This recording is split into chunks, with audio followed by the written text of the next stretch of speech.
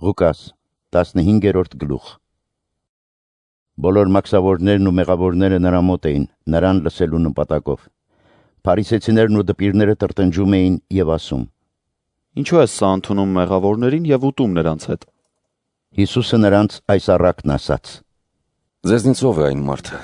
որ երբ 100 ոչխար ունենա եւ կորցնի նրանցից մեկը, արոտավայրում չի թողնի 99-ին եւ չի գնա կորածի հետևից մինչեւ գտնի այն։ Եվ երբ գտնի, այն խնդությամբ կդնի իր ուսերի վրա եւ կգնա տուն, կկանչի բարեկամներին եւ հարևաններին ու նրանց կասի. «Ուրախացեք ինձ հետ, որովհետեւ գտա իմ կորած ոչխարը»։ Ասում եմ ձեզ,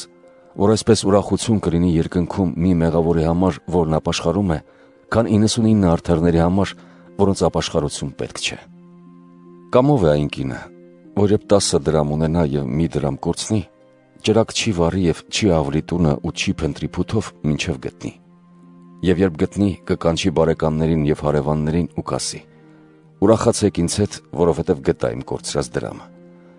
Ասում եմ ձեզ, Աստծո հրեշտակների առաջ այսպես ուրախություն կլինի մեկ մեղավորի համար, որն ապաշխարում է։ Եվ ասաց. Մի մարդ 2 որդի ուներ։ Նրանցից կրտսերը հորն ասաց. «Հայր, տուր քո ունեցվածքից ինձ հասնող բաժինը»։ Եվ նա ունեցվածքը բաժանեց նրանց։ Քիչ օրեր հետո կրտսեր որդին փողի վերածելով ամեն ինչ, գնաց հեռու աշխարհ եւ այնտեղ վատնեց իր ունեցվածքը, որովհետեւ անառակ կյանքով էր ապրում։ Եվ երբ ամեն ինչ սպառեց, այդ երկրում սաստիկ սով եղավ եւ նա չքավոր դարձավ։ Գնաց դիմեց այդ երկրի քաղաքացիներից մեկին, որը նրան ուղարկեց իր ագարակը խոզեր արածեցնելու։ Նա ցանկանում էր իր որովայնը լցնել եղջերենու պտղով, որ խոզերն էին ուտում, բայց ոչ ոք չէր տալիս նրան։ Ապա խելքի եկավ եւ ասաց. «Քանի վարձու աշխատավորներ կան իմ հոր տանը, որ առատ հաց ունեն,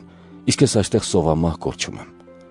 Վեր կենամ գնամ իմ հոր մոտ եւ նրան ասեմ. Հայր,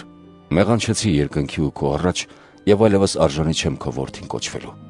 Ինձ վերցրու իբրև քո աշխատավորներից մեկը»։ Վեր կացավ եկավ իր հոր մոտ։ Եվ դեռ բավական հեռու էր, հայրը տեսավ նրան եւ գթաց։ Վեր կացավ եւ վազեց ընդառաջ, ընկավ նրա պարանոցով եւ համբուրեց նրան։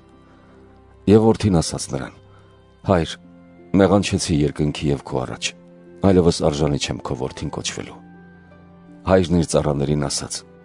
«Անմիջապես բերեք լավագույն պատմուճանը եւ հագցրեք նրան, մատին մատանի դրեք, իսկ ոտքերին կոշիկներ։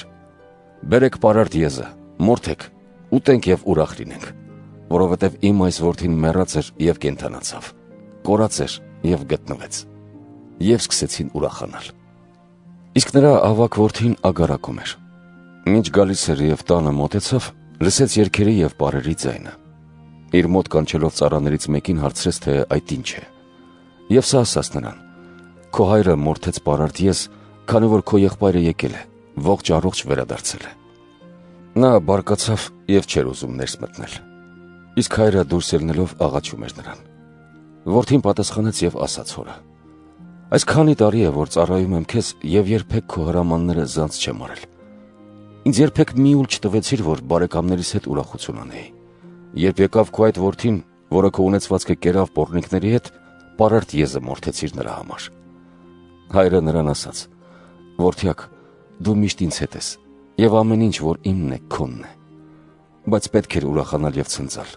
որովհետեւ քո այս եղբայրը մեռած էր եւ կենդանացավ, կորած էր եւ գտնվեց»։